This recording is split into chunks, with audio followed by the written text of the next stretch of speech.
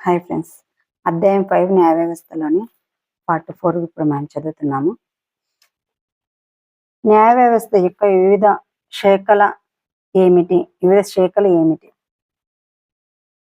పై వరకట్న మరణ వివాదం సమాజ వ్యతిరేక నేరం అనే అంశానికి సంబంధించినది.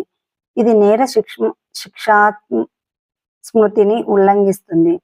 నేర శిక్షా స్మృతితో పాటు పౌర చట్టాలకు సంబంధించిన వివాదాలను కూడా న్యాయ వ్యవస్థ విచారిస్తుంది.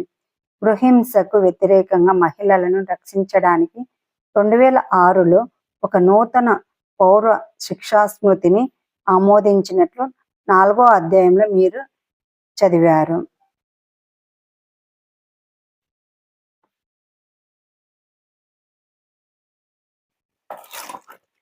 ఇట్లా పట్టికలాగా ఉంది ఫ్రెండ్స్, చదువుదాం ఈ పట్టిక.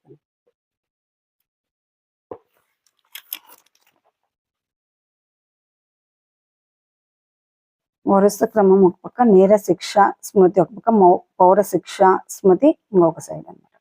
నేర శిక్షా స్మృతి ఇది నేరంగా పరిగణించబడే చర్యలకు లేక పనులకు చెందిన చట్టాలకు సంబంధించినది. ఉదాహరణకు దొంగతనం, అధిక కట్నం కొరకు మహిళలను హింసించడం, హత్య. నేర శిక్షా స్మృతిలు ఇవి. సెకండ్ పాయింట్ ఇందులోనే నేర శిక్షా స్మృతి కింద ఇది సాధారణంగా నేరాన్ని దర్యాప్తు చేసే పోలీసులు తొలి సమాచార నివేదికను దాఖలు చేయడంతో ప్రారంభమవుతుంది. ఆ తర్వాత కోర్టులో కేసు దాఖలు చేయబడుతుంది. 3వ పాయింట్, దోషి అని రుజువైతే నిందితులను జైలుకు పంపడంతో పాటు జరిమానా కూడా విధించవచ్చు. పౌర శిక్షా స్మృతి ఇది వ్యక్తుల ఒప్పందాన్ని ఉల్లంఘించడం వలన జరిగే నష్టానికి సంబంధించినది. ఉదాహరణకు భూమి అమ్మకానికి సంబంధించిన వివాదాల, వస్తువుల కొనుగోలు, అద్దె వివాదాలు, విడాకుల కేసులు. నష్టపోయిన వ్యక్తి సంబంధిత న్యాయస్థానములో దావా వేయాలి. అద్దె వివాదంలో యజమాని గాని లేదా కిరాయిదారుడు గాని కేసు దాఖలు చేయాలి. నష్టపోయిన వ్యక్తికి న్యాయస్థానం ఉపశమనాన్ని కలిగిస్తుంది. ఉదాహరణకు యజమాని కిరాయిదారునికి అంటే అద్దెదారుడు మధ్య వివాదంలో ఫ్లాట్ను ఖాళీ చేయవలసిందేనని, అద్దె బకాయిని కూడా చెల్లించమని అద్దెదారుని కోర్టు ఆదేశించవచ్చు.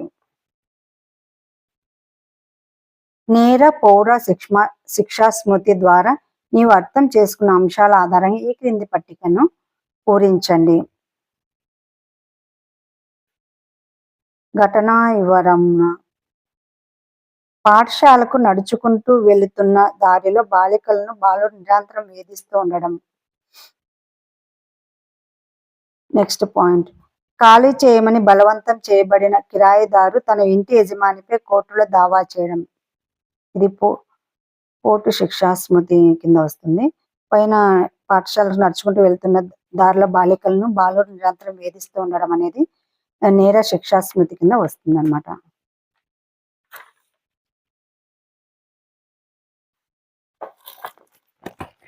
ఇదే పట్టిక, దీన్నే పట్టిక అన్నమాట, మనం ఫిల్ చేసిన పట్టిక.